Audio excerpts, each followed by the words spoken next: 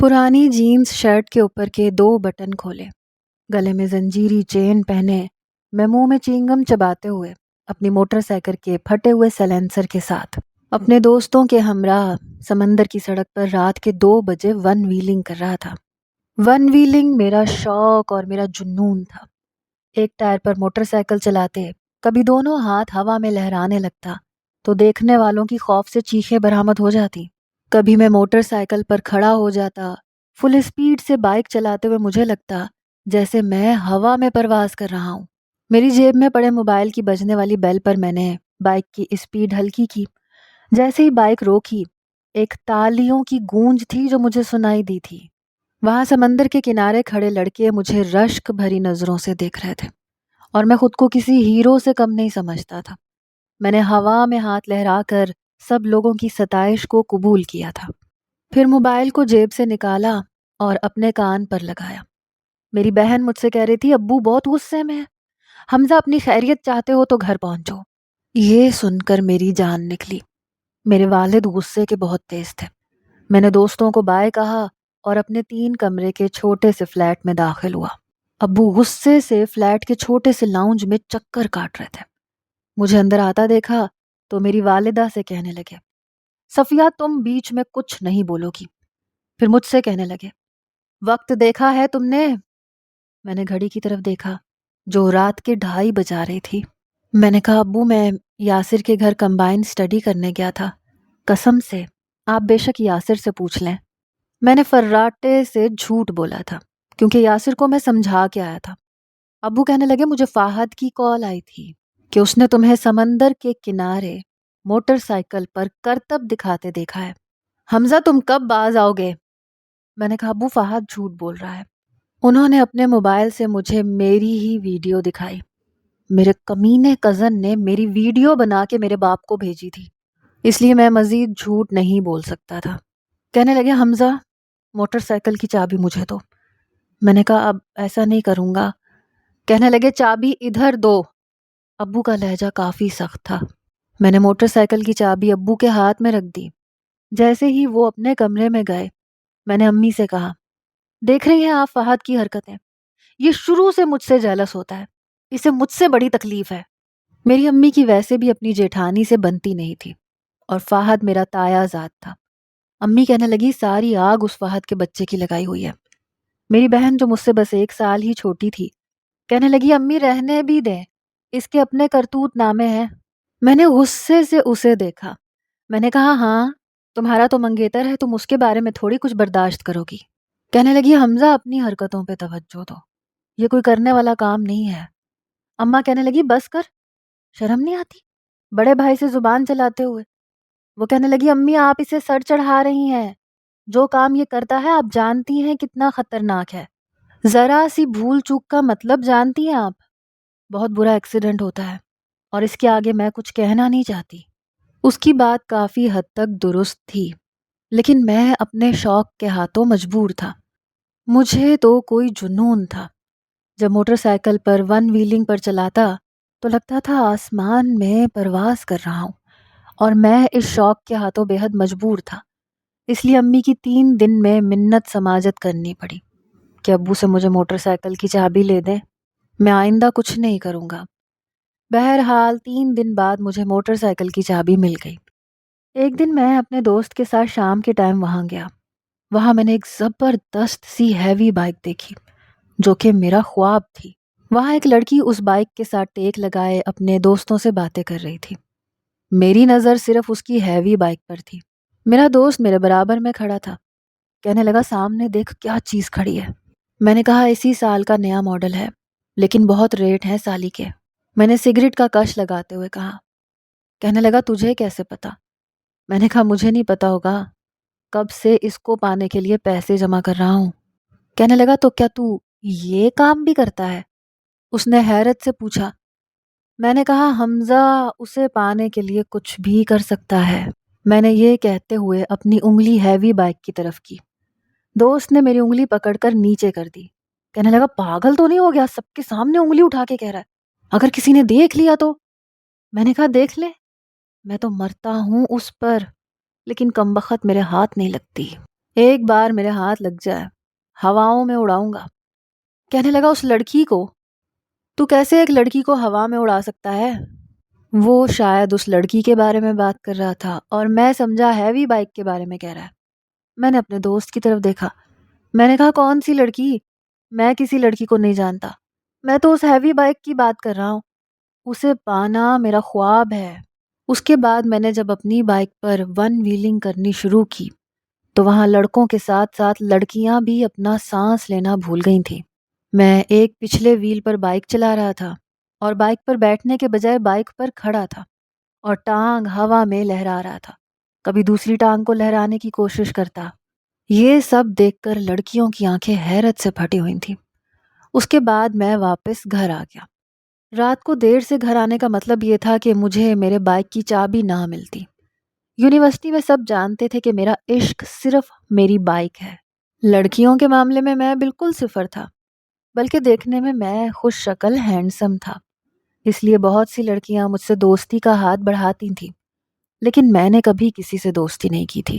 مجھے لڑکیوں میں کوئی خاص دلچسپی نہیں تھی۔ کچھ دن بعد میں ریسٹورنٹ میں اپنے دوست حامد کے ساتھ برگر کھا رہا تھا جب ایک خوبصورت سی لڑکی میرے پاس آئی۔ کافی ماڈرن تھی، پینٹ شرٹ میں ملبوس تھی، کالے رنگ کا چشمہ لگا رکھا تھا، اس کے بال کندھوں تک تھے اور لیئرز میں کٹے ہوئے تھے۔ میرے پاس آ کر کہنے لگی، آپ ون ویلنگ کرتے ہیں نا؟ میں نے کہا جی ہاں۔ کہنے لگی کیا میں یہاں بیٹھ سکتی ہوں؟ اس نے خالی کرسی کی طرف اشارہ کیا۔ میں نے کہا دیکھیں میں نے آپ کو پہچانا نہیں۔ کہنے لگی میں نے آپ کو ون ویلنگ کرتے دیکھا تھا۔ یہ کہتے ہوئے وہ خود ہی کرسی کھینچ کر میرے سامنے بیٹھ گئی۔ میرا دوست ہم دونوں کو دیکھنے لگا۔ میں نے کہا جی کہیے۔ کہنے لگی مجھے آپ ون ویلنگ کرتے ہوئے بہت اچھے لگے تھے۔ میں نے کہا بہت شکریہ۔ کہنے لگی کیا آپ مجھ سے دوستی کریں گے؟ میں اس لڑکی کی بات سن کر برگر کھانا بھول گیا۔ دیکھنے میں اچھی خاصی ماڈرن اور امیر قسم کی لڑکی لگ رہی تھی۔ میں نے کہا جی نہیں، میں لڑکیوں سے دوستی نہیں کرتا۔ کہنے لگی پلیز آپ مجھ سے دوستی کر لیں کیونکہ آپ مجھے بہت اچھے لگتے ہیں۔ میں بتا نہیں سکتی 3 دنوں سے میں نے کتنی کوشش کی کہ آپ مجھے نظر آ جائیں۔ آپ کو پتہ ہے میں پچھلے 3 دن سے ساحل سمندر صرف آپ کو دیکھنے کے لیے جاتی ہوں۔ آپ 3 دن سے کیوں نہیں آ رہے؟ میں تو اس لڑکی کی باتیں سن کے جتنا حیران ہوتا اتنا کم تھا۔ خواہ مخواہ فری ہو رہی تھی۔ میں نے کہا دیکھیں میں اپنی مرضی کا مالک ہوں، میرا جب جی چاہتا ہے تو میں ون ویلنگ کرتا ہوں، اور دوسری بات مجھے آپ سے دوستی نہیں کرنی۔ میرا دوست مجھے دیکھ کے ہنسے جا رہا تھا۔ میں نے اسے غصے سے گھورا۔ میں نے کہا حامد اٹھو یہاں سے۔ وہ کہنے لگا برگر تو کھانے دو، ویسے ہی کچھ پیٹو قسم کا تھا۔ میں نے کہا ٹھیک ہے تم بیٹھ کے برگر کھاؤ اور بل بھی دے دینا۔ یہ کہہ کر میں اٹھ کر باہر آ گیا۔ وہ لڑکی میرے پیچھے پیچھے آنے لگی، لیکن میں تیز تیز قدم بڑھاتے ہوئے اس ریسٹورنٹ سے باہر نکلا اور اپنی بائک پر بیٹھ کر فراٹے سے وہاں سے نکل گیا۔ اگلے روز میری بہن نے بریانی بنائی تھی۔ بریانی مجھے بے حد پسند تھی، بلکہ گھر میں سبھی شوق سے کھاتے تھے، لیکن ابا کی قلیل تنخواہ تھی، وہ ایک سرکاری آفیسر تھے، لیکن وہی ایمانداری کا کیڑا میرے باپ میں کوٹ کوٹ کے بھرا ہوا تھا۔ بلکہ ان کے اندر کیا، ہمارے اندر بھی اس کے کافی جراثیم موجود تھے۔ ہمارا شمار متوسط گھرانے میں ہوتا تھا، مطلب گھر میں ضرورت کی ہر چیز تھی، عیاشی بالکل نہیں تھی۔ ہماری بس عیاشی یہ تھی کہ 15 دن کے بعد ایک دفعہ بریانی بن جاتی تھی۔ اور میرا چھوٹا بھائی کافی گلو منڈو قسم کا تھا، مطلب موٹا تھا لیکن کیوٹ سا تھا، لیکن مجھے اچھا نہیں لگتا تھا۔ اس کی وجہ میں آپ کو بعد میں بتاؤں گا۔ اس کی حرکتیں کچھ ایسی تھی۔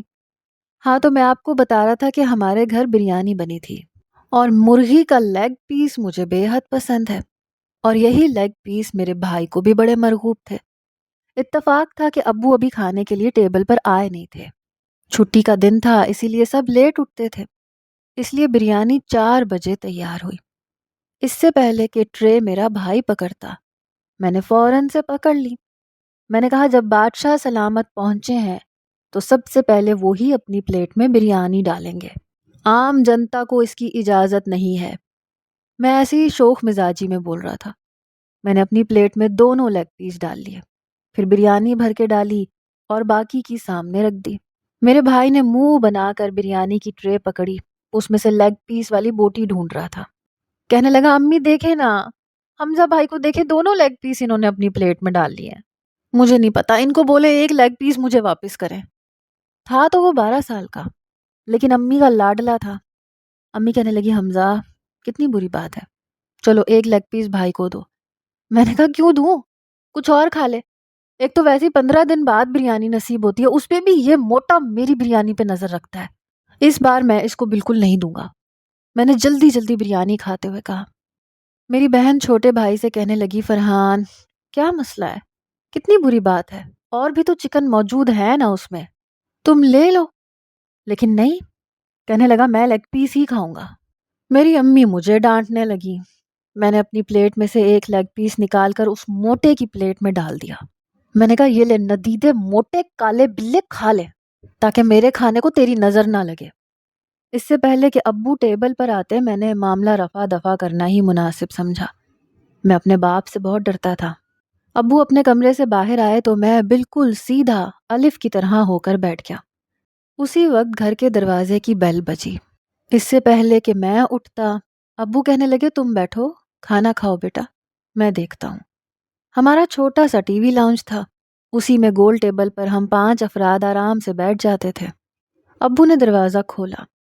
دروازہ ہمارے ٹیبل کے بالکل سامنے تھا۔ شاید میری بہن کی سہیلی آئی تھی۔ ابو سے پوچھ رہے تھے کہ آپ کو کس سے ملنا ہے، کیا آپ نمرہ کی دوست ہو؟ وہ کہنے لگی نہیں، میں حمزہ کی دوست ہوں، مجھے حمزہ سے ملنا ہے۔ ہمارے گھر کا ماحول ایسا نہیں تھا کہ لڑکا اور لڑکی کھلے عام دوستی کریں۔ میرے ابو تو اس بات کو بہت برا سمجھتے تھے، بلکہ اس چیز کے بہت خلاف تھے۔ حالانکہ فہد میری بہن نمرہ کا منگیتر تھا، لیکن جب بھی وہ آتا تھا یا تو نمرہ کچن میں نظر آتی یا پھر اپنے کمرے میں، کبھی فہد کے سامنے نہیں آئی تھی۔ مجھے اپنا نام سن کے حیرت ہوئی، بھلا یہ کون سی لڑکی تھی جو میرا نام لے رہی تھی؟ میرا تو چمچ وہیں رک گیا۔ کہنے لگی کیا میں حمزہ سے مل سکتی ہوں؟ میرے والد پیچھے ہٹ گئے۔ جب سامنے میری نظر پڑی تو وہی لڑکی تھی، وہی ریسٹورنٹ والی۔ آج بھی وہ ایک پینٹ شرٹ میں ملبوس تھی، البتہ کالا چشمہ نہیں پہنا تھا۔ اندر آ گئی۔ میرے والد بڑے غصے سے مجھے کھا جانے والی نظروں سے دیکھ رہے تھے۔ کہنے لگے آؤ آؤ بیٹا، ہمارے ساتھ بیٹھ کے کھانا کھاؤ، حمزہ کی دوست ہو، اچھا نہیں لگتا کہ بنا کھائے تم یہاں سے جاؤ۔ میں جانتا تھا کہ میرے باپ کے اس جملے میں میرے لیے کیا طنز چھپا تھا، میں اچھی طرح سے جانتا تھا۔ جب میرے والد نے اس لڑکی کو بالکل میرے سامنے والی کرسی کھسکا کر دی، وہ بڑی خاموشی سے بیٹھ گئی۔ میری ماں، میری بہن، میرا چھوٹا بھائی، سب کے ہاتھ رک چکے تھے۔ سبھی اس لڑکی کو ٹکر ٹکر دیکھتے، کبھی مجھے گھور گھور کر دیکھتے۔ میرے والد کہنے لگے بھائی تم سب لوگ کیوں چپ چاپ خاموشی سے بیٹھ گئے، کھانا کھاؤ۔ اس لڑکی سے کہنے لگے بیٹا یہ حمزہ کی امی ہے، یہ اس کی چھوٹی بہن ہے، اور یہ میرا چھوٹا بیٹا ہے فرحان۔ وہ سب سے ہیلو ہائے کہنے لگی۔ میں اسے بڑے غصے سے دیکھ رہا تھا۔ عجیب پاگل لڑکی تھی، میرے گھر تک پہنچ گئی۔ میں اسے جانتا تک نہیں تھا، اور یوں کسی انجان لڑکے کے گھر میں آنے سے پہلے اس نے ایک بار نہیں سوچا کہ کیا کر رہی ہے۔ خیر اس نے جو کیا سو کیا، لیکن میرے باپ کے سامنے میری عزت کا جنازہ ضرور نکال دیا۔ میرے والد کہنے لگے بیٹا یہ بریانی کھاؤ۔ میرا تو کھانے سے دل ہی اچاٹ ہو کے رہ گیا۔ میرے باپ نے جب مجھے چپ چاپ بیٹھے دیکھا تو کہنے لگے حمزہ تم کیوں رک گئے، کھانا کھاؤ نا، یہ نہ ہو کہ بعد میں کھانے کا موقع نہ ملے۔ میں جانتا تھا اس لڑکی کے باہر جاتے ہی میرا باپ میری شامت ضرور لے کر آئے گا۔ میں بڑی مشکل سے ایک ایک چمچ بریانی کا کھا رہا تھا۔ وہ کہنے لگی مجھے آپ سے بات کرنی تھی، اس دن ریسٹورنٹ میں آپ نے مجھے موقع نہیں دیا، کیا ہم بات کر سکتے ہیں؟ میں نے ایک نظر اسے دیکھا، ایک نظر اپنے باپ کی طرف دیکھا جو خون خوار نظروں سے مجھے دیکھے جا رہے تھے۔ کہنے لگے ہاں ہاں حمزہ کرو بات، تمہاری دوست ہے، بات کرنے آئی ہے۔ وہ کہنے لگی انکل کیا میں ان سے اکیلے میں بات کر سکتی ہوں؟ یہ سن کر تو میری جان اچھل کے حلق میں آئی۔ میرے باپ نے بڑے تعجب سے دیکھا۔ بڑی ہی بے باک قسم کی لڑکی تھی۔ کہنے لگے کیوں نہیں بیٹا، حمزہ جاؤ بیٹا اسے اپنے کمرے میں لے جاؤ۔ میں نے لڑکی سے کہا بات سنو میری، تمہیں جو کہنا ہے سب کے سامنے کہو۔ کہنے لگی نہیں میں یوں بات نہیں کر سکتی۔ میں نے کہا ٹھیک ہے، ابھی اٹھو اور جاؤ یہاں سے، اور کل 5 بجے تک تم وہیں پہنچ جانا جہاں تم نے مجھے ون ویلنگ کرتے ہوئے دیکھا تھا۔ میرا لہجہ کافی سخت تھا اور میں سوچ چکا تھا کہ کل اس لڑکی کو اچھی طرح سمجھا دوں گا کہ دوبارہ میرا پیچھا نہ کرے۔ بڑی عجیب لڑکی تھی۔ کہنے لگی اوکے ٹھیک ہے، میں آپ کا ویٹ کروں گی۔ یہ کہہ کر وہ وہاں سے چلی گئی۔ اس کے جاتے ہی ابو غصے سے ٹیبل سے اٹھے، کہنے لگے حمزہ کھانا کھا کے سیدھا میرے کمرے میں آؤ۔ یہ کہہ کر وہ اپنے کمرے میں جانے لگے۔ میری بہن کہنے لگی ابو آپ کہاں جا رہے ہیں، کھانا تو کھا لیں۔ کہنے لگے نہیں مجھے نہیں کھانا، پیٹ بھر گیا میرا۔ یہ کہہ کر بڑے غصے میں دروازہ بند کیا۔ میری والدہ کہنے لگی کون تھی یہ لڑکی؟ میں نے کہا میں نہیں جانتا، ابھی چند روز پہلے ریسٹورنٹ میں آ کے وہاں مجھ سے ایسے سب کچھ کرنے لگی تھی، مجھے نہیں پتا تھا گھر تک پہنچ جائے گی۔ میری بہن کہنے لگی امی آپ رہنے دیں، کوئی ضرورت نہیں ہے آپ کو اس کی بات پر بھروسہ کرنے کی، ایک نمبر کا جھوٹا انسان ہے یہ۔ میں نے کہا نمرہ تم چپ رہو سمجھی نا۔ میں نے کہا امی میں سچ کہہ رہا ہوں۔ امی کہنے لگی بس کھانا کھاؤ اور جاؤ اپنے باپ کو جا کے جواب دو۔ میں نے کھانا وہیں پر چھوڑ دیا۔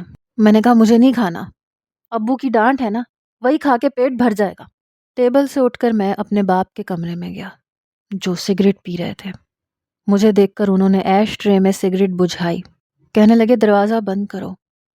میرا دل بڑے زور زور سے دھڑک رہا تھا کہ پتہ نہیں میرا کیا انجام ہوگا۔ اپنے باپ کی ایک دھاڑ دار آواز پر میرے جسم سے آدھی جان نکل جاتی تھی۔ کہنے لگے تمہیں شرم نہیں آتی ایسی حرکتیں کرتے ہوئے؟ میں نے کہا ابو میں اس لڑکی کو نہیں جانتا۔ کہنے لگے شٹ اپ، شرم نہیں آتی تمہیں یوں جھوٹ بولتے ہوئے؟ وہ اس قدر زور سے چلائے کہ میں پورا کا پورا کام کیا۔ کہنے لگے تو اس لڑکی کی خاطر تم ساحل سمندر پر جاتے ہو؟ میں نے کہا ابو میں آپ کو کس طرح سے سمجھاؤں کہ یہ بات یہیں تک پہنچی تھی جب ایک زوردار تھپڑ میرے منہ پر پڑا، اور وہ بھی اس لڑکی کی وجہ سے۔ کہنے لگے یہ لڑکی جو کوئی بھی ہے اسے دیکھ کر میں یہ اندازہ لگا چکا ہوں کہ ہماری حیثیت کیا ہے حمزہ۔ میں تمہیں آخری دفعہ کہہ رہا ہوں تمہارا اس کے ساتھ کیا تعلق ہے، اور یہ سلسلہ یہیں ختم کر دو، ورنہ میں جو حشر تمہارا کروں گا تم سوچ بھی نہیں سکتے۔ میں نے کہا ٹھیک ہے، آج کے بعد یہ لڑکی میری زندگی میں کبھی نہیں آئے گی۔ کہنے لگے جاؤ یہاں سے۔ میں کمرے سے باہر آ کر اپنے کمرے میں بیٹھ گیا۔ کچھ دیر بعد میری والدہ آ گئی، کہنے لگی میں سوچ بھی نہیں سکتی تھی کہ تم یہ کام بھی کرو گے۔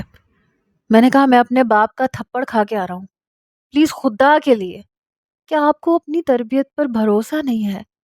میں سچ کہہ رہا ہوں میں اس لڑکی کو نہیں جانتا، پتہ نہیں کیوں میرے گلے پڑ رہی ہے۔ میری بہن تو ویسے ہی مجھے برا سمجھتی تھی۔ میری والدہ نے بھی میرے کمرے کا دروازہ بند کر دیا۔ پورا دن میں نے کچھ نہیں کھایا۔ ماں تو پھر ماں ہوتی ہے، میرے لیے بریانی کی پلیٹ بھر کے لے آئیں، کہنے لگی اچھا کھانا تو کھاؤ، کل اس لڑکی سے کہہ دینا کہ تمہارا پیچھا چھوڑ دے، تم جانتے ہو تمہارے ابو کو یہ باتیں بالکل بھی پسند نہیں ہے۔ جب سے نمرہ کی منگنی فہد سے ہوئی ہے تمہارے ابو نے نہ کبھی تو فون پر بات کرنے کی اجازت دی ہے، نہ ہی وہ ایک دوسرے کے سامنے آتے ہیں۔ ہمارا گھر شرم و حیا والا ہے، اور تم نے اس لڑکی کا لباس دیکھا تھا۔ میں نے کہا میری ماں آپ کو کیوں سمجھ میں نہیں آتی، میں اس سے شادی نہیں کرنے والا، نہ کروں گا۔ میں جانتا ہوں میرے گھر کا ماحول کیسا ہے، اور مجھے ویسے بھی وہ لڑکی کسی امیر باپ کی بگڑی ہوئی اولاد لگ رہی ہے، اپنی عزت کا تو اسے ذرا بھی خیال نہیں، میری عزت کا بھی جنازہ نکالنا چاہتی ہے، کل جا کے اس کی طبیعت صاف کر دوں گا۔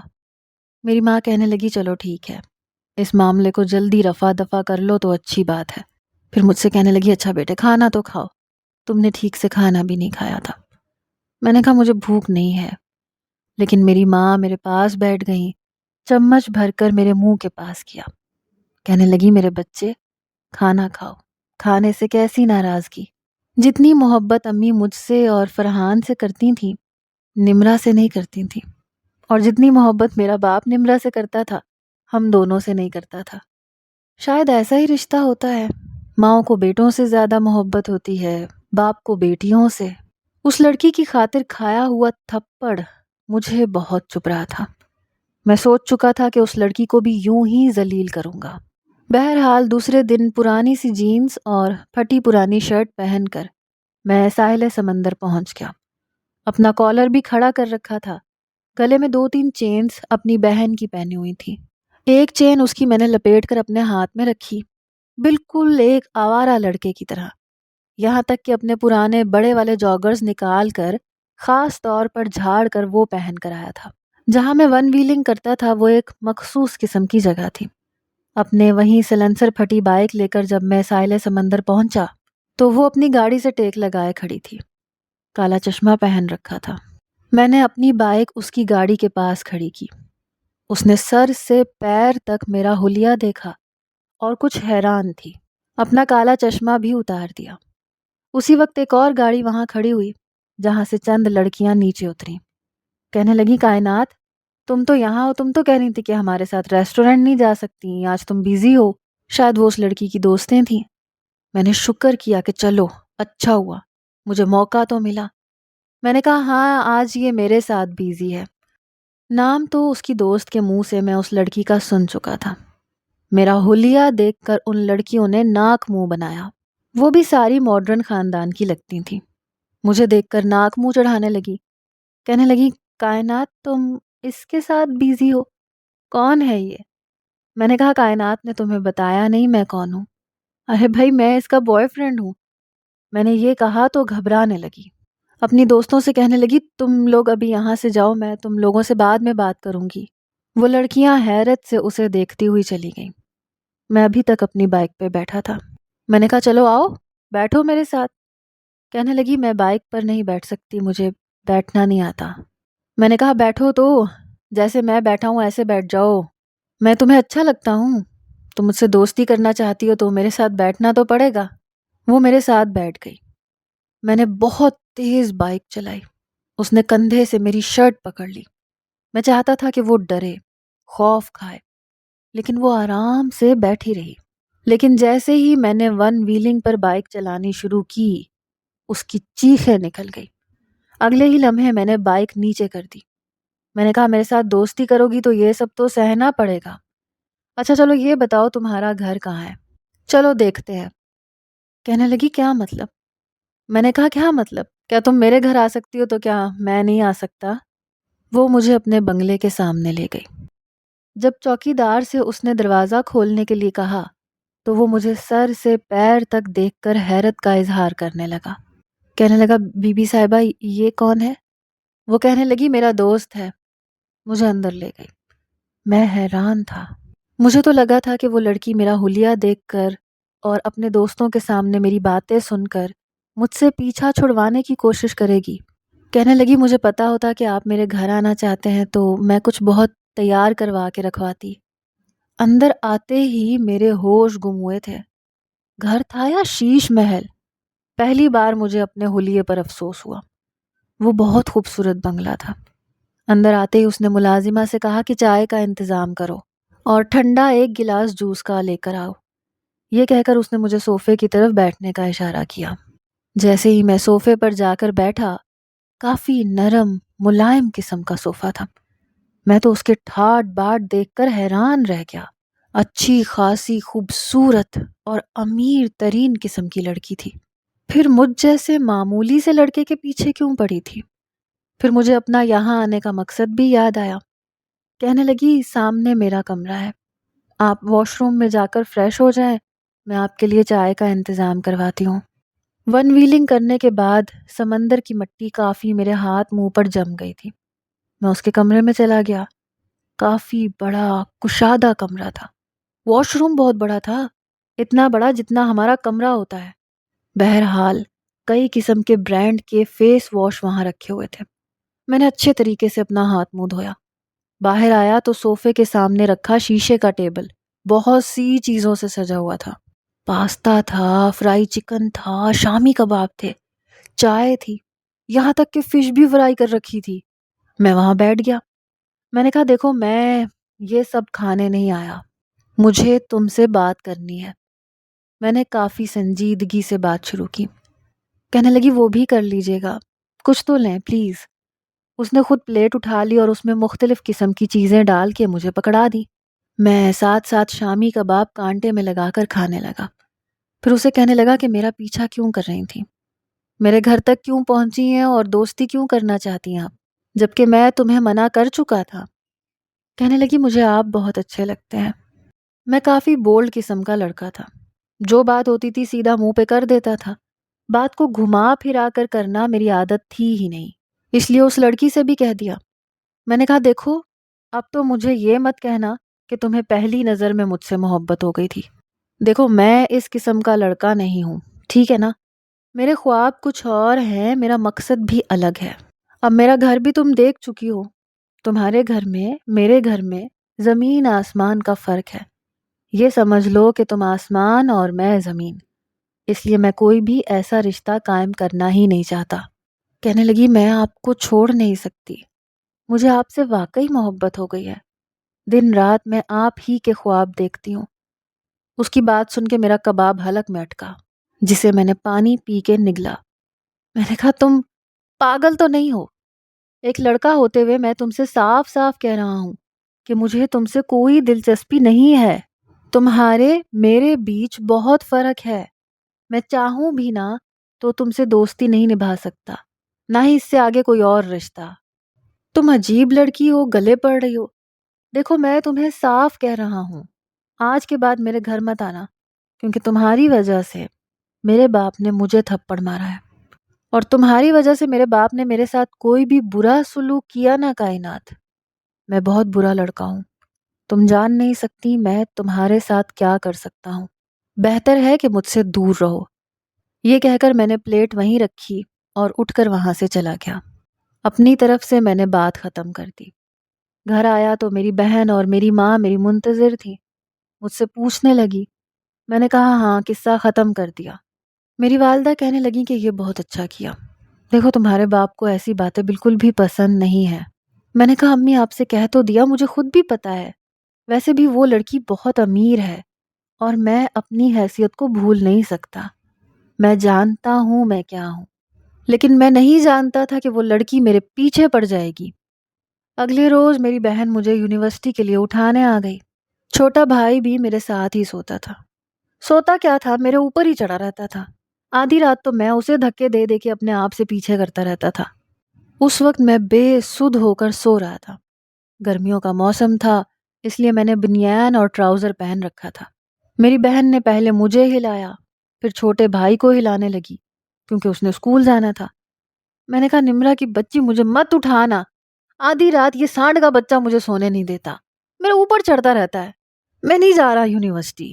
فرحان پھر سے میری طرف کروٹ لے چکا تھا، اپنا موٹا بازو میرے اوپر رکھا، اپنی ٹانگ بھی میری ٹانگوں کے اوپر رکھ دی۔ میں نے کہا فرحان کے بچے تیرا سر پھاڑ دوں گا، پیچھے ہٹ موٹا بلا۔ وہ کہنے لگا بھائی یہ میری محبت ہے۔ میں نے کہا تیری محبت میں نہیں سہ سکتا، پیچھے ہٹ۔ میں نے اسے پیچھے کیا، تب تک نمرا کمرے کا پردہ ہٹا چکی تھی۔ کہنے لگی مجھے نہیں پتا بھائی، جلدی اٹھو کیونکہ مجھے کالج بھی تم چھوڑنے جاؤ گے۔ یہ کہتے ہوئے جیسے ہی اس نے کھڑکی سے باہر دیکھا، کہنے لگی بھائی۔ میں کافی نیند میں تھا۔ میں نے کہا اب کیا تکلیف ہے تمہیں، میں تمہیں کالج والج چھوڑنے نہیں جا رہا، ابا سے بولو وہ تمہیں اپنی وسپا میں جا کے چھوڑا ہے، پردہ سیدھا کرو یار مجھے سونا ہے۔ اس وقت فرحان جا چکا تھا کیونکہ اسے اسکول جانا تھا۔ کہنے لگی بھائی میری بات سنیں، وہ جو لڑکی اس دن آئی تھی نا، وہ نیچے کھڑی ہے اور وہ ہمارے فلیٹ کی طرف دیکھ رہی ہے، آپ تو کہتے تھے پیچھا چھڑوا کے آیا ہوں۔ یہ سن کر میرے ہوش اڑے، میں ہڑبونگ طریقے سے اٹھا، جلدی سے بیڈ سے نیچے اترا تو بیڈ پہ رکھا لحاف میرے پاؤں میں لپٹا۔ میں نے ایک ٹانگ سے وہ پیچھے پھینکا، آدھی نیند میں تیزی سے چلتا ہوا کھڑکی کے پاس آیا۔ وہ نیچے اپنی گاڑی کے پاس کھڑی اوپر ہی دیکھ رہی تھی، مجھے دیکھ کے فوراً سے ہائے کی طرح ہاتھ ہلانے لگی۔ مجھے اس لڑکی پر بڑا غصہ آیا تھا، پتہ نہیں کیوں میرے پیچھے پڑی تھی۔ میں نے کہا شٹ یار، میں اس کا کیا کروں، پتہ نہیں اسے کیا تکلیف ہے۔ میں نے کہا نمرا ابو کہاں ہے؟ میں بے حد گھبرا گیا تھا۔ کیونکہ میرے والد اسی وقت اپنے آفس جانے کے لیے نیچے جاتے تھے۔ کہنے لگی ابو بس ناشتہ کر رہے ہیں، آفس جانے والے ہیں۔ میں نے کہا مر گیا یار، میں واش روم جانے لگا تو وہاں پہ پہلے سے فرحان تھا۔ میں نے کہا فرحان کے بچے جلدی باہر آ۔ وہ کہنے لگا صبر تو کریں۔ میں نے کہا نہیں ہے میرے پاس صبر کا ٹائم۔ میں نے جلدی سے اپنی شرٹ پکڑی، بٹن بند کیے، واش روم کا دروازہ پیٹ کے رکھ دیا۔ فرحان باہر آیا، میں نے جلدی سے دانتوں کو برش کیا، ہاتھ گیلا کر کے اپنے بالوں پہ پھیرا، اپنی یونیورسٹی کا بیگ اٹھا کے نیچے چلا گیا۔ میں نے کہا مجھے دیر ہو رہی ہے، تم ابو کے ساتھ کالج چلے جانا۔ نیچے گیا تھا کہ ابو کے آنے سے پہلے میں اسے وہاں سے چلتا کروں گا، لیکن میں جانتا تھا کہ یہ اتنی جلدی ممکن نہیں ہے۔ جیسے ہی میں نیچے پہنچا میں نے کہا گاڑی میں بیٹھو جلدی سے، میرے ابو کسی بھی وقت نیچے اترنے والے ہیں، تمہیں دیکھ لیا تو میری بھی جان نکال دیں گے۔ میں اس کی گاڑی کے فرنٹ سیٹ پہ بیٹھ گیا، وہ جلدی سے ڈرائیونگ سیٹ پہ بیٹھی اور اپنی گاڑی ہمارے اپارٹمنٹ سے باہر نکال کر مین روڈ پر لے گئی۔ میں نے کہا تم چاہتی کیا ہو؟ کہنے لگی میں آپ کو چاہتی ہوں۔ میں نے سر پہ ہاتھ مارا، میں نے کہا پاگل لڑکی، تمہیں ایک بات سمجھ میں نہیں آتی؟ کہنے لگی میں آپ کے بغیر نہیں رہ سکتی۔ میں نے کہا تم کیا سمجھتی ہو، تمہارا باپ تمہاری شادی ایک اپارٹمنٹ والے لڑکے سے کرے گا؟ کہنے لگی میرے بابا مجھ سے بہت محبت کرتے ہیں، وہ میری بات مان لیں گے۔ میں نے کہا کبھی نہیں مانیں گے، دیکھو تم مجھے اس طرح سے تنگ کرو گی تو میں مجبوراً کوئی غلط قدم اٹھا لوں گا۔ دیکھو میں جتنا اچھا ہوں میں اتنا برا بھی ہوں، میں تمہیں بار بار پیار سے نہیں سمجھا سکتا۔ میری یہ بات سن کر ٹپ ٹپ آنسو بہانے لگی، کہنے لگی میں آپ سے محبت کرتی ہوں، آپ کو اندازہ ہی نہیں ہے۔ میں نے کہا میرے لیے اپنے گھر کی ساری عیاشی چھوڑ سکتی ہو، کیونکہ میں کبھی گھر داماد نہیں بنوں گا۔ میں نے اسے حقیقت سے روشناس کروانا چاہا۔ کہنے لگی چھوڑ دوں گی، میں آپ کی خاطر سب کو چھوڑ دوں گی۔ میں اس کی عقل پر حیران تھا۔ میں نے کہا دیکھو میں نہیں جانتا تمہارے نزدیک فرینڈشپ کیا ہے، محبت کیا ہے، لیکن میرے نزدیک محبت کا دوسرا مطلب شادی ہے، نکاح ہے، اور ساری زندگی ساتھ رہنے کا نام ہے۔ کہنے لگی میرے نزدیک بھی محبت کا یہی نام ہے۔ میں نے کہا دیکھو تم ایک اچھی خاصی لڑکی ہو، خوبصورت بھی ہو، اور یہ نہیں کہ مجھے اچھی نہیں لگتی، کچھ اچھی لگتی ہو، لیکن یہ بات یاد رکھنا کہ میں بہت غیرت مند قسم کا لڑکا ہوں۔ اگر ایک بار میں نے تمہاری طرف قدم بڑھا دیا تو سوال ہی پیدا نہیں ہوتا کہ میں پھر پیچھے ہٹ جاؤں، اس لیے سوچ سمجھ کر مجھے جواب دینا۔ کہنے لگی ٹھیک ہے، کیا آپ کا فون نمبر مل سکتا ہے؟ میں نے کہا کیوں نہیں مل سکتا۔ میں نے اسے فون نمبر دے دیا۔ واقعی وہ خوبصورت تو تھی اور اتنی بھی بری نہیں تھی کہ مجھے اچھی نہ لگے، لیکن بہرحال میں نے فیصلہ اس پر چھوڑ دیا تھا تاکہ وہ اچھی طرح سے سوچ لے کہ میرے ساتھ کہاں تک چل سکتی ہے۔ میں نے کہا دیکھو میری بات سنو، تم جو راہ منتخب کر رہی ہو یہ بہت مشکل ہے، ہو سکتا ہے تمہارا باپ کبھی بھی نہیں مانے اور میرے بھی ابو نہیں مانیں گے، بہت مشکلیں آئیں گی، لیکن اگر تم نے ہاں کر دی تو پھر میں کبھی بھی پیچھے نہیں ہٹوں گا اور نہ تمہیں پیچھے ہٹنے دوں گا، اس لیے چاہے جتنا وقت لے لو اور جب فیصلہ کر لو تو مجھے فون کر کے بتا دینا۔ کہنے لگی ٹھیک ہے۔ میں نے کہا گاڑی یہیں روک دو، میں یونیورسٹی خود چلا جاؤں گا۔ اس نے گاڑی روک دی، میں اس کی گاڑی سے نیچے اتر گیا، لیکن میں نہیں جانتا تھا کہ میری زندگی ایک ایسی آزمائش میں پھنس جائے گی کہ میں اپنے منہ سے موت مانگوں گا، کیونکہ وہ لڑکی